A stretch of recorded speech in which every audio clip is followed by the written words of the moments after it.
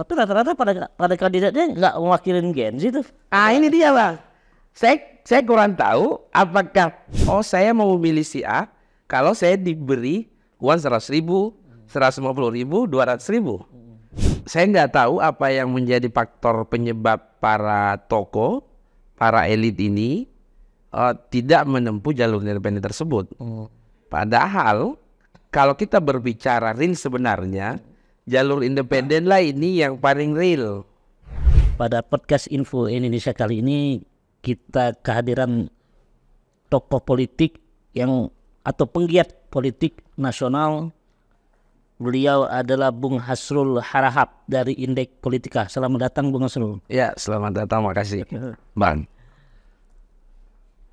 Langsung saja, ini saya lihat hasil perbincangan kita tadi, kondisi perpolitikan di daerah itu seperti apa sih sebenarnya? Pertama adalah kondisi pemilu di pemilu 2024 ini, dalam hal ini adalah pemilihan presiden dan legislatif. Ketika mau dibandingkan dengan pemilu di 2019 yang lalu, kita harus mengakui bahwa ada terjadi fenomena baru yang terjadi di pemilu 2024 ini yang berbeda dengan pemilu 2019. Hal apa itu yang menjadi fenomena baru adalah adanya tren pemilih terhadap menentukan pilihannya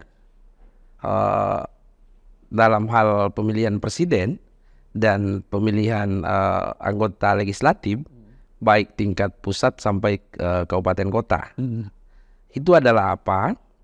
Berdasarkan data temuan riset di PT Indeks Politika itu sendiri, adalah persoalan kondisinya adalah perilaku pemilih itu mengubah pilihannya terhadap figur yang akan dipilih itu adalah adanya pemilih transaksional. Nah, ini dulu yang harus kita kaji secara bersama.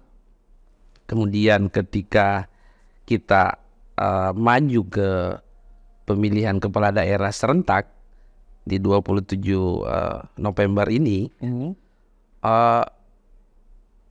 pertanyaannya apakah akan sama perilaku itu? Nah, ketika kami melakukan survei di beberapa kabupaten kota di Indonesia ini, memang masih mayoritas masyarakat itu berharap adanya pemberian sesuatu. Pemberian sesuatu ini apa? Dalam bentuk apa itu?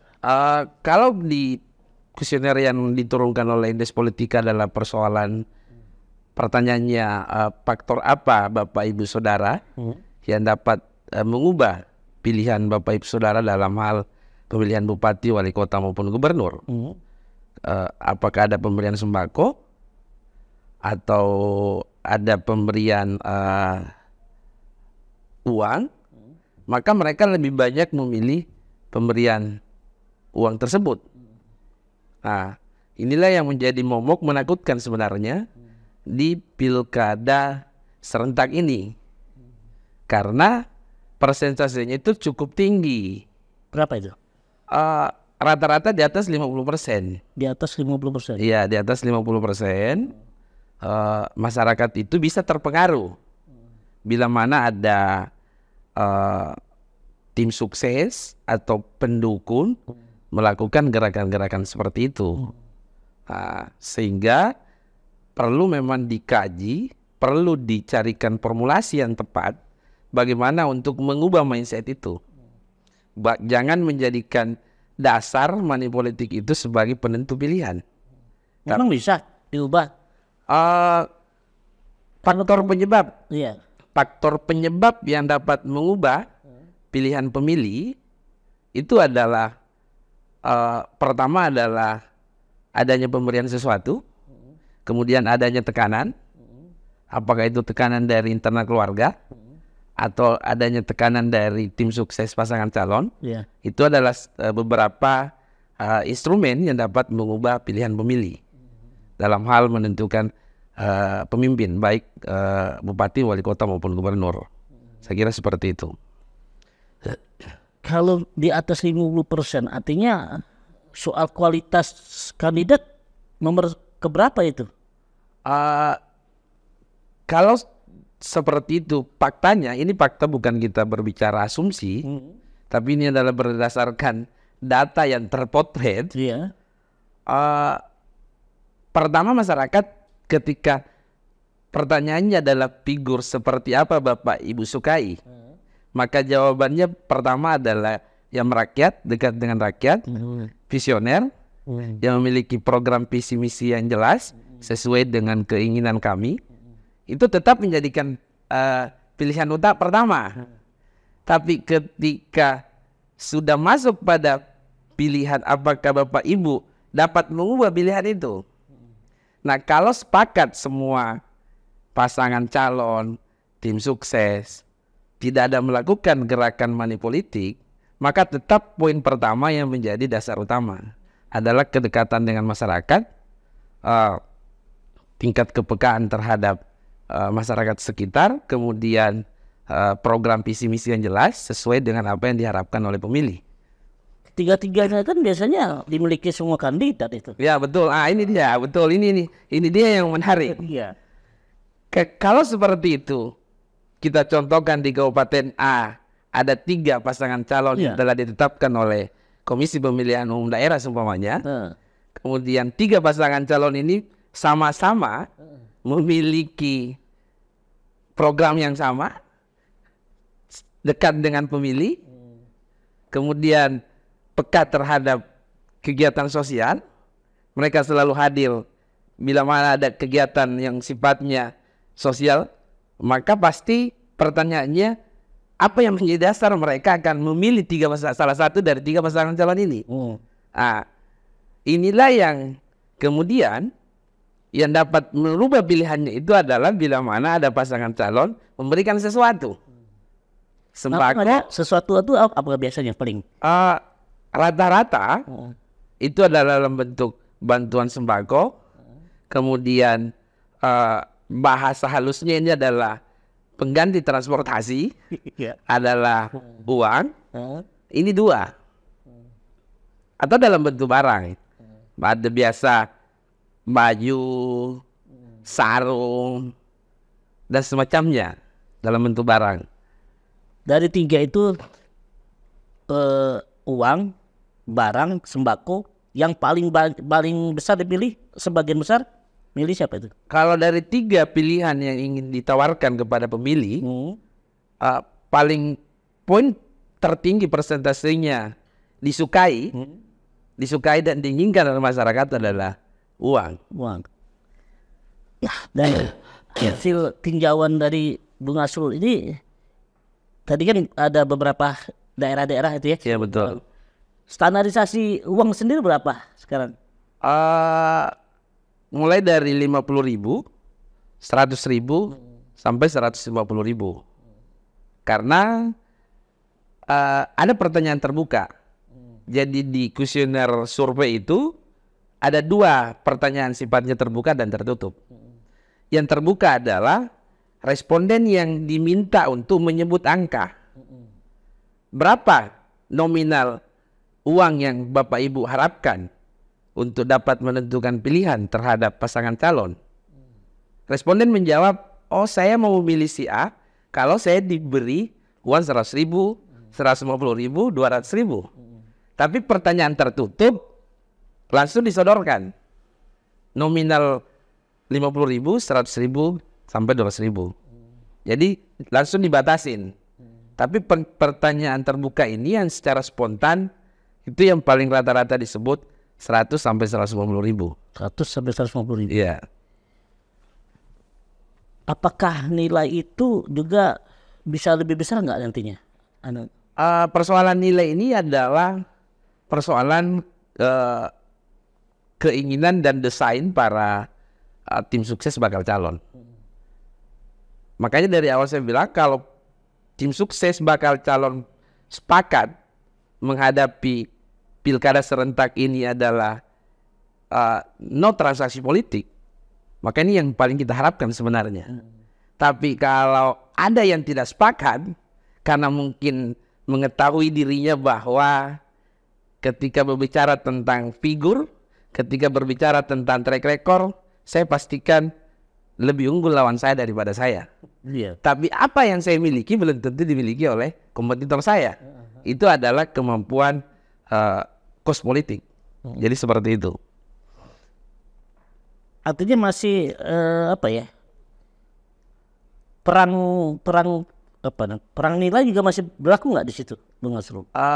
Peran nilai dalam hal Perang nilai besaran uang itu berpengaruh nggak? akan berpengaruh.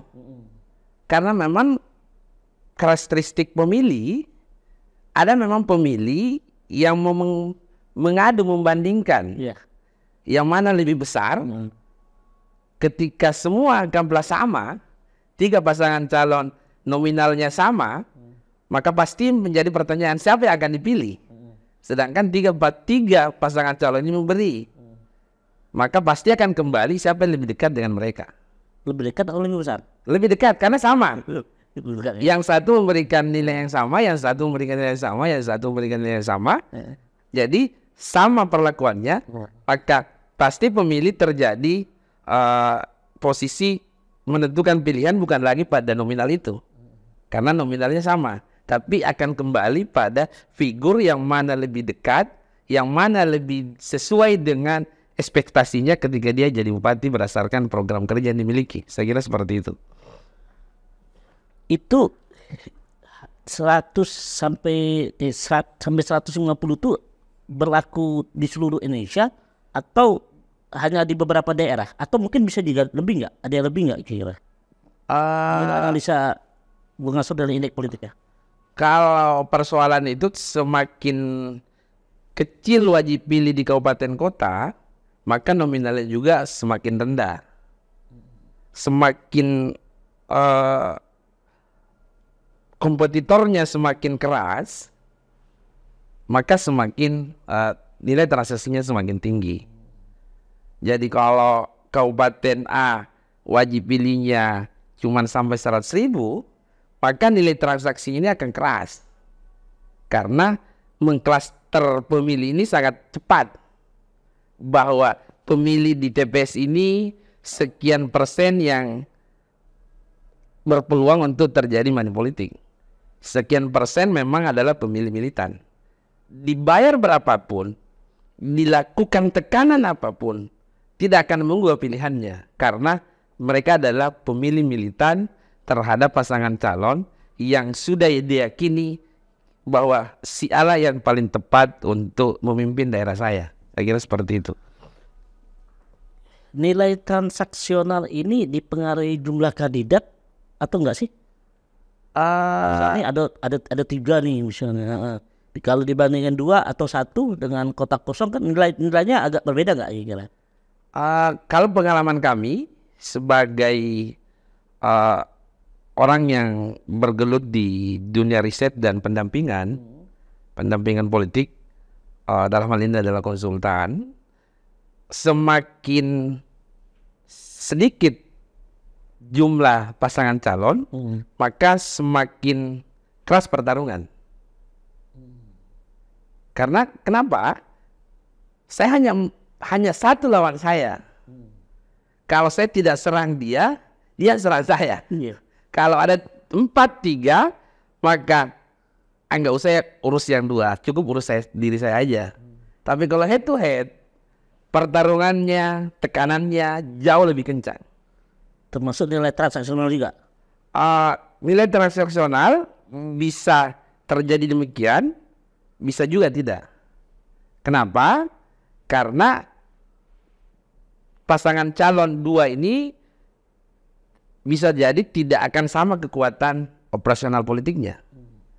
Ketika yang satu siap, yang satu kurang siap, maka otomatis mereka akan mengurangi volume operasional politik.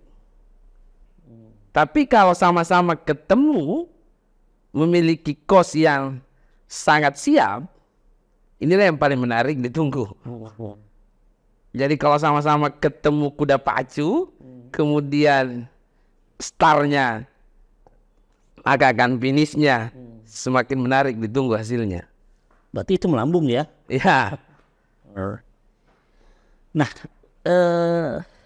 terkait dengan artinya di sini bukan soal figur lagi ya. ketika tidak ada tim yang menawarkan persoalan money politik, nilai figur yang paling tinggi sebenarnya.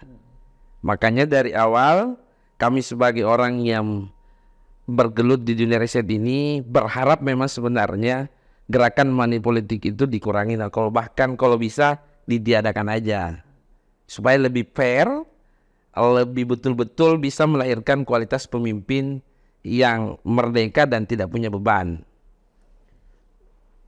Rata-rata minimal butuh berapa sih untuk mencalonkan diri sebagai kandidat di pilkada ini? Harus punya modal berapa sih?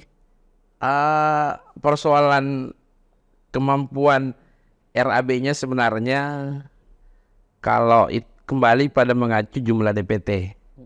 Semakin tinggi DPT, maka semakin kedua wilayah geografis, jadi akan beda-beda. Wilayah geografisnya Kabupaten A dapat dijangkau dalam 1 hari. Ada juga kabupaten kota yang wilayah geografisnya memang agak berat dijangkau dalam 1 hari itu. Minimal dan harus biasanya minimal dan bakal menang itu berapa nilainya? Nilai minimal tapi yang bisa menang tuh, bukan minimal ikut-ikutan aja nih. Ya, ini Berapa itu? menarik. Jadi kalau wajib pilihnya seumpamanya 500.000, kemudian diikuti oleh 3 atau 4 pasangan calon, kemudian biaya operasional, biaya konsumsi, biaya pertemuan, kampanye tatap muka, semua itu kita ikutin, atribut mulai baliho, stiker, banner dan seterusnya. Saya kira memang angkanya sangat puluhan miliar lah. Puluhan miliar ya? Iya. Langsung aja berapa itu? Kalau DPT di atas 500.000, kemudian geografisnya agak berat dijangkau dalam 1 hari karena wilayahnya luas, kemudian mungkin ada pegunungan, ada wilayah perairan, ya bisa main sampai 15-20 M ke atas. 15-20 M. Iya, itu murni operasional politik yang bukan bagian daripada money politik. Kalau di Sumatera nih, kalau Sumatera kira-kira berapa tingginya? Kalau di Sumatera ya Dengan geografis yang ada. ya dengan geografis yang ada memang main di angka 10 M ke atas. Memang bisa menang tuh. Makanya sekarang kalau 10 M ke atas bisa 20, bisa 25, bisa 30, yang pasti secara realnya ini tidak bisa kalau kita tidak punya uang di atas 10 M. Di atas ya. Iya. Kecil lah segitu ya. Iya, Pasti ada 20-an ya. bisa 20, bisa 25, bisa 30, yang pasti standarnya ini adalah butuh operasional politik untuk membiayai pergerakan tim. Itu pilkada wali kota dan bupati atau ini enggak? Atau gubernur? Kabupaten kota. Kabupaten kota. Iya. Kalau provinsi? Pak, kalau provinsi Bang jauh lebih besar lah Bang, karena wilayahnya luas, DPT-nya besar. Ratusan berarti ya? Karena bisa saja ada pasangan calon yang tidak menggunakan transportasi darat, mungkin melalui udara dan seterusnya, karena menjangkau 1 hari ini dari kota Palembang ke ujung sana, kalau lewat darat butuh berapa waktu yang terlewati, dan kegiatan titik-titik itu kosong kalau hanya sekedar mau lewat. Jadi memang besar operasional politik. Berarti ratusan ya? Ya ratusan M lah. Itu di Sumatera. Kalau di Jawa? Di Jawa, kalau di Jawa kelebihannya Jawa karena medannya enggak seberat di Sumatera. Karena seperti dengan di Sulawesi, medan di Jawa ini pertama dalam satu kabupaten kota jarak kilometernya nggak terlalu panjang. Kemudian dalam satu titik tingkat kepadatan penduduknya begitu besar, sehingga pertemuan dari satu titik ke titik yang satu tidak membutuhkan waktu yang lama. Kemudian mengkonsolidasikan masyarakat tidak membutuhkan biaya operasional transportasi yang besar karena mereka berdekatan dan bisa menghadirkan ribuan orang. Tapi nilai transaksionalnya gimana? Kalau di Jawa memang jauh lebih rendah, Bang. Lebih rendah ya? Iya. Berapa itu? Kalau di Jawa di pileg yang lalu ini nggak ada yang tembus di atas 50.000. Itu pileg. Pileg ya? Padi bisa dibawa dari itu kalau transaksi politik karena itu tadi tingkat wajib. Kalau di luar Jawa pilihnya, berapa? Di luar Jawa, Sumatera, Sulawesi, Kalimantan itu berapa nilai transaksionalnya? pas semakin wilayahnya semakin potensi sumber daya alamnya semakin keras lah. Terus ya? Iya.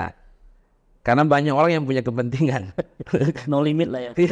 Kita nggak bisa menyebut angka itu. Yang pasti semakin berpotensi ke daerah tersebut memiliki sumber daya alam yang melimpah, pasti lebih banyak orang punya kepentingan. Berapa? Kalau misalnya dari Munaslup berapa nilai? Di atas 100 atau di atas 200? Nilai transaksional itu, butuhnya itu.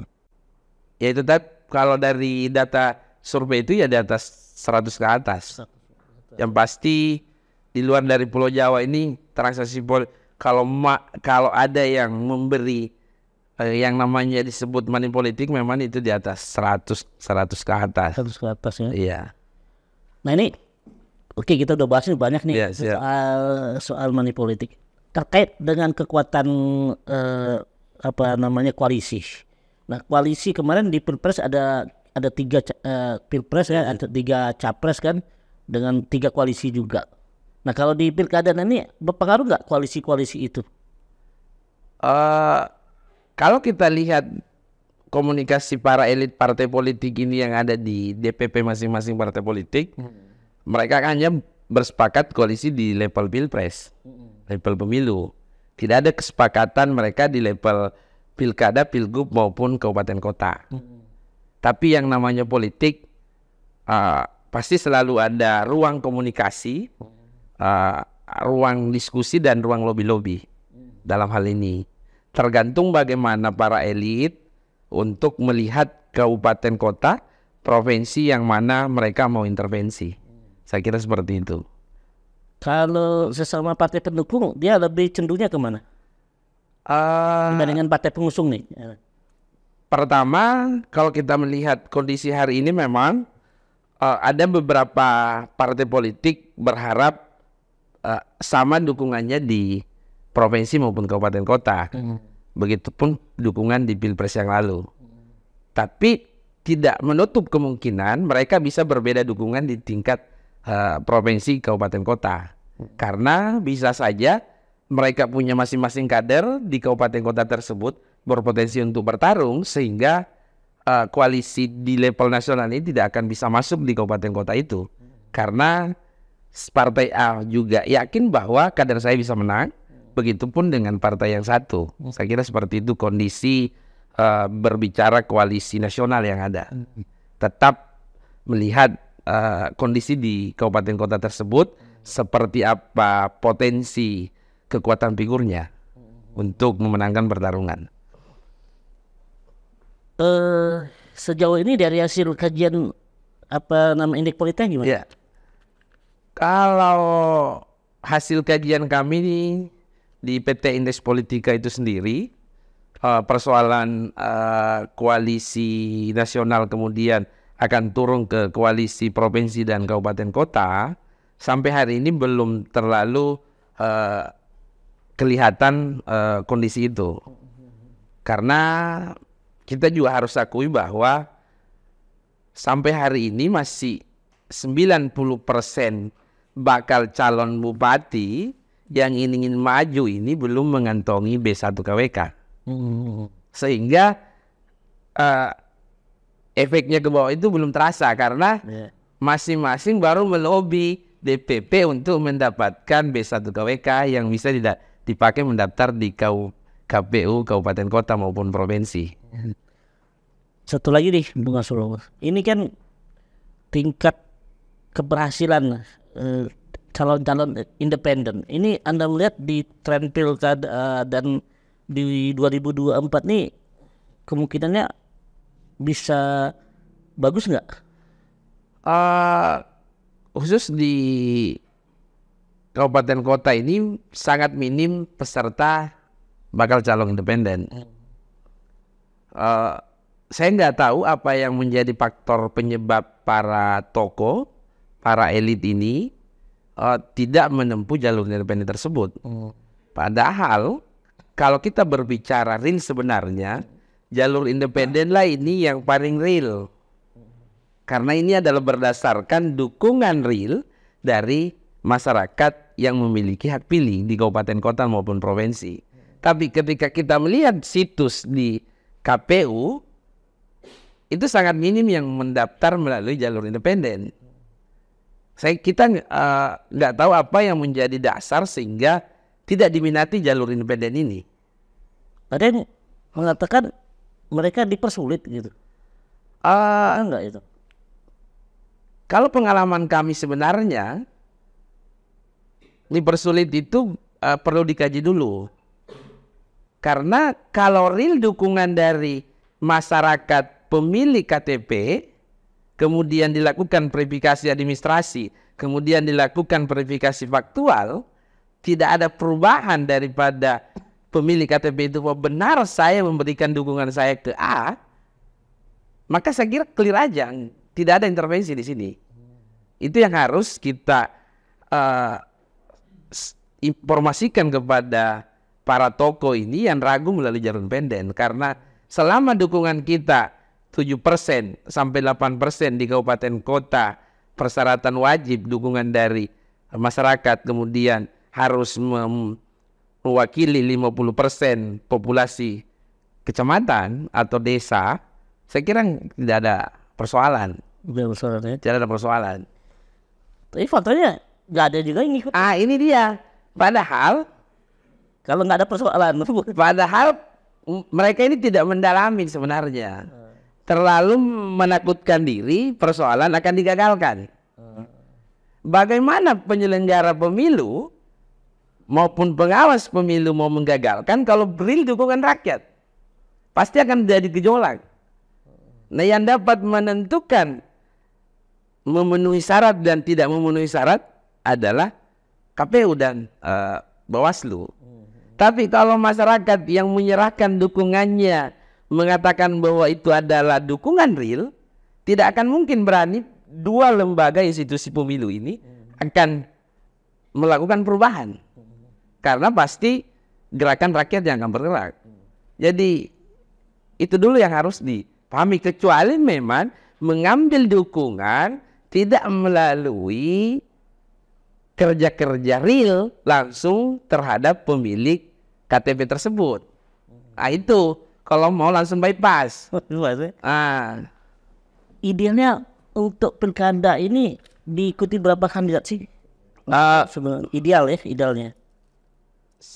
Sebenarnya idealnya lebih dari 2 lebih bagus, supaya kita bisa menyajikan berbagai gaya, berbagai banyak latar belakang pemimpin.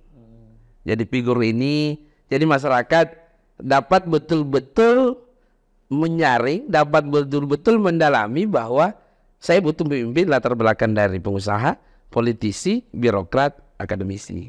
Saya kira ruang-ruang itu harus kita isi secara bersama.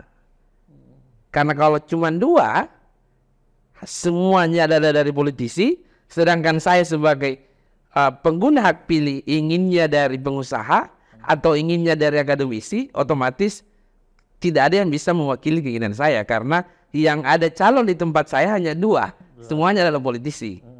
Berarti bisa saja menjadi faktor penyebab partisipasi pemilih dapat berkurang. Karena bisa saja saya tidak hadir. Karena saya mau memilih tidak sesuai dengan yang saya harapkan. 2 figur yang jadi calon bupati di tempat saya ini bukan kriteria yang saya butuhkan. Jadi saya lebih baik melanjutkan pekerjaan saya. Artinya di atas 2 ya? Ya, 2 ke atas. Semakin banyak semakin bagus juga. Semakin banyak semakin bagus karena kita menyajikan banyak pilihan terhadap masyarakat. Jadi betul-betul masyarakat dapat menentukan pilihannya berdasarkan kriteria yang dimiliki masing-masing masyarakat. Nah, dalam tinjauan dari indeks politika ini kira-kira tingkat keterpilihan atau tingkat peran serta masyarakat itu berapa persen nanti? Kalau data kami, karena di kuesioner itu ada juga pertanyaan, memberikan pertanyaan seperti ini, apakah Bapak Ibu akan hadir menggunakan hak pilihnya di TPS di pilkada serentak ini? Jawaban mereka rata-rata di atas 80% kabupaten kota. Berarti partisipasi pilkada serentak ini kita bisa pastikan lumayan tinggi. Karena mungkin baru saja terjadi pemilu yang partisipasinya lumayan tinggi, sehingga semangatnya untuk ke TPS masih belum berubah. Seandainya range waktunya selisih pemilu ke pilkada serentak ini setahun 2 tahun, bisa saja mereka semangatnya itu udah berubah. Faktor apa yang bisa meningkat itu? Karena tadi transaksional apa? Banyak faktor sebenarnya. Yang paling utama lah apa itu? Pertama, kalau pemilih usia Gen Z itu karena banyaknya kerja-kerja sosial media yang dilakukan oleh tim sukses pasangan calon, sehingga mereka menarik, membuat semangatnya untuk menggunakan hak pilihnya. Kemudian masyarakat yang usia 40 ke atas banyak menggunakan hak pilihnya kemarin ini karena memang disajikan di semua pemberitaan media, cetak, online, setiap hari beritanya adalah calon presiden. Ini tentunya akan berbeda dengan pilkada serentak. Karena pilkada serentak tidak seperti animonya di pemilu, baik di teman-teman media maupun di tim sukses pasangan calon. Kalau pilpres memang betul-betul kekuatan media luar biasa memberitakan semua kegiatan pasangan calon presiden, program dan seterusnya. Tapi kalau pilkada serentak,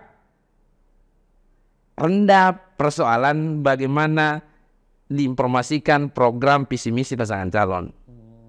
Ada bedanya ya? Ya, ada bedanya di situ. Ini Bung Asrul juga kan lagi mantau nih di Sumatera Selatan ya. Siap. Nah, ini terkait di pilkada Sumsel lah. Ini kan ada beberapa kandidat calon yang masih terjerat hukum, kemudian juga ada permasalahan-permasalahan lain, perpecahan dan apa-apa. Nah, dalam pandangan Bung Asrul seperti apa sih? Ketika figur lagi diterpa persoalan isu korupsi, isu persoalan hukum, memang ini menjadi tantangan berat. Ketika terus dipremin, kemudian dalam prosesnya dapat terbukti, maka pasti bisa mendon elektabilitas dan tingkat kepercayaan pemilih. Cuman kalau masih dalam tahap proses penyidikan dan seterusnya, belum ada kekuatan hukum tetap, masih pasangan calon terkadang menjadikan sebagai materi bahwa itu adalah negatif campaign atau black campaign yang dimainkan oleh tim di luar daripada tim kami. Saya kira seperti itu. Black campaign seberapa parah di pilkada ini untuk secara nasional? Kalau mengacu pada pemilu yang lalu, black campaign ini sangat rendah. Berbeda di pemilu 2019 yang lalu. Karena hampir 3 pasangan calon di pilpres ini tidak ada yang memainkan black campaign ini. Tidak ada yang memainkan persoalan kinerja, kemudian seperti apa figur itu memiliki beban masa lalu. Tapi murni memang memunculkan masing-masing ide barunya. Sehingga kalau ini terbreak dan turun ke pilgub, bisa saja black campaign ini tidak lagi menjadi poin utama yang bisa menggerus elektabilitas figur tersebut. Jadi nggak begitu pengaruh ya? Ya, kalau mengacu pada pemilu baru-baru ini, saya kira seperti itu.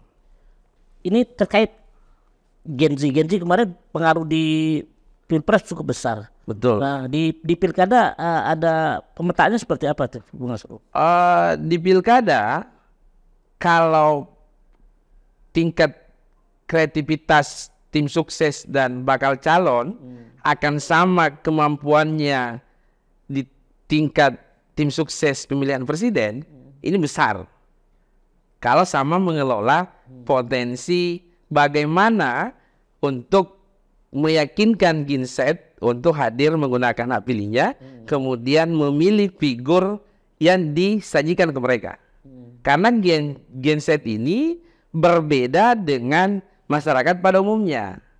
Apa perbedaannya itu? Pertama, Genset tidak terlalu tertarik membahas persoalan politik. Ketika mereka berkumpul baik di kafe, di tempat kumpul mereka tidak akan pernah membahas tema itu. Mereka akan bahas apa yang mereka senangi. Apa yang mereka lagi gelutin, itulah yang mereka bahas. Tidak pernah membahas, oh di Sumsel ini ada 3 bakal calon gubernur, si A ini latar belakangnya, si B ini latar belakangnya. Ketika ide itu lahir dari mereka. Tapi kecuali mereka ini ada yang mensajikan media itu bahwa oh si A ini seperti ini, mereka pasti akan mengupdate itu. Tapi kalau tidak dikelola melalui media sosial, yakin dan percaya Genset tidak tertarik pada materi diskusi politik. Sejauh ini gimana? Sejauh ini kalau di level pilgub, pilkada, pilwali itu agak tidak semasif bagaimana di tim sukses calon presiden. Padahal pemilu yang lalu populasi Genset ini sangat besar. Itu menghampiri 50%. Artinya di sini ketertarikan Gen Z ini beda nggak dengan nanti di Pilpres? Dia akan tertarik kalau ada yang mampu menyajikan. Kalau dengan kondisi sekarang? Kalau kondisi sekarang tidak, saya mengamati baik di sosial media, di media sosial, khusus di Sumsel ini belum ada terlalu menyajikan konten-konten yang digemari oleh Genset itu. Baik juga di nasional juga ya? Nasional kemarin kan mulai dari TikTok. Enggak, kalau di pilkada nanti ini sekarang ada enggak? Di pilkada inilah yang belum terlalu digarap secara maksimal. Padahal ini adalah peluang besar untuk mendapat dukungan pemilih. Dan Genset ini tidak terlalu masuk pada wilayah transaksional. Karena mereka memang bukan circle-nya di situ. Artinya memang yang perlu digarap ya. Ya. Tapi terlupakan. Betul. Jadi di usia yang 17 tahun itu ke 25 tahun itu, itulah yang acuh tak acuh terhadap tema diskusi persoalan politik. Untuk membuat menarik, gimana caranya? Kalau caranya saya kira mungkin pasangan calon memiliki rumus itu. Apa yang disenangi Genset itulah yang ditawarkan ke mereka. Begitupun dalam hal menyusun program untuk diakomodir di pemerintah kabupaten kota maupun di pemilihan gubernur. Kalau mereka meyakini bahwa saya pilih si A, si B, karena ketika si A yang jadi gubernur ada program ini nih, sehingga saya senang di situ. Itu yang bisa membuat mereka ikut bisa berpartisipasi. Tapi rata-rata pada kandidatnya nggak mewakilin Gen Z itu. Ini dia bang. Saya kurang tahu apakah para figur ini tidak memiliki data berapa jumlah usia pemilih 17 tahun ke 25 itu. Padahal kalau punya data itu pasti ada kerja-kerja politik yang terstruktur sistematis untuk dapat menggait pemilih Gen Z ini. Artinya belum maksimal ya? Ya belum, ya kita bisa kesimpulkan belum digarap secara maksimal. Padahal ini adalah pasar yang sangat dapat digarap dan memiliki kos politik yang rendah. Baik, langsung saja Bung Asrul, kita closing statement ke pemirsa Indonesia. Ya, terima kasih pada Info Indonesia telah menyajikan diskusi pada hari ini. Kita telah membahas beberapa tema, beberapa pertanyaan. Saya kira ini adalah merupakan sebuah media yang paling tepat, yang memang wajib disaksikan, wajib ditonton, karena kita memberi edukasi bagaimana pemilih jangan terlalu mudah dipengaruhi persoalan money politik. Itu yang ingin saya sampaikan kepada pemirsa Info Media Indonesia dimanapun berada, bahwa menentukan figur calon kepala daerah jangan mengacu pada persoalan adanya transaksi politik, karena ini sangat mengancam daerah kita ke depan. Saya kira seperti itu. Terima kasih. Assalamualaikum warahmatullahi wabarakatuh. Baik, kami akhiri dengan ucapan terima kasih.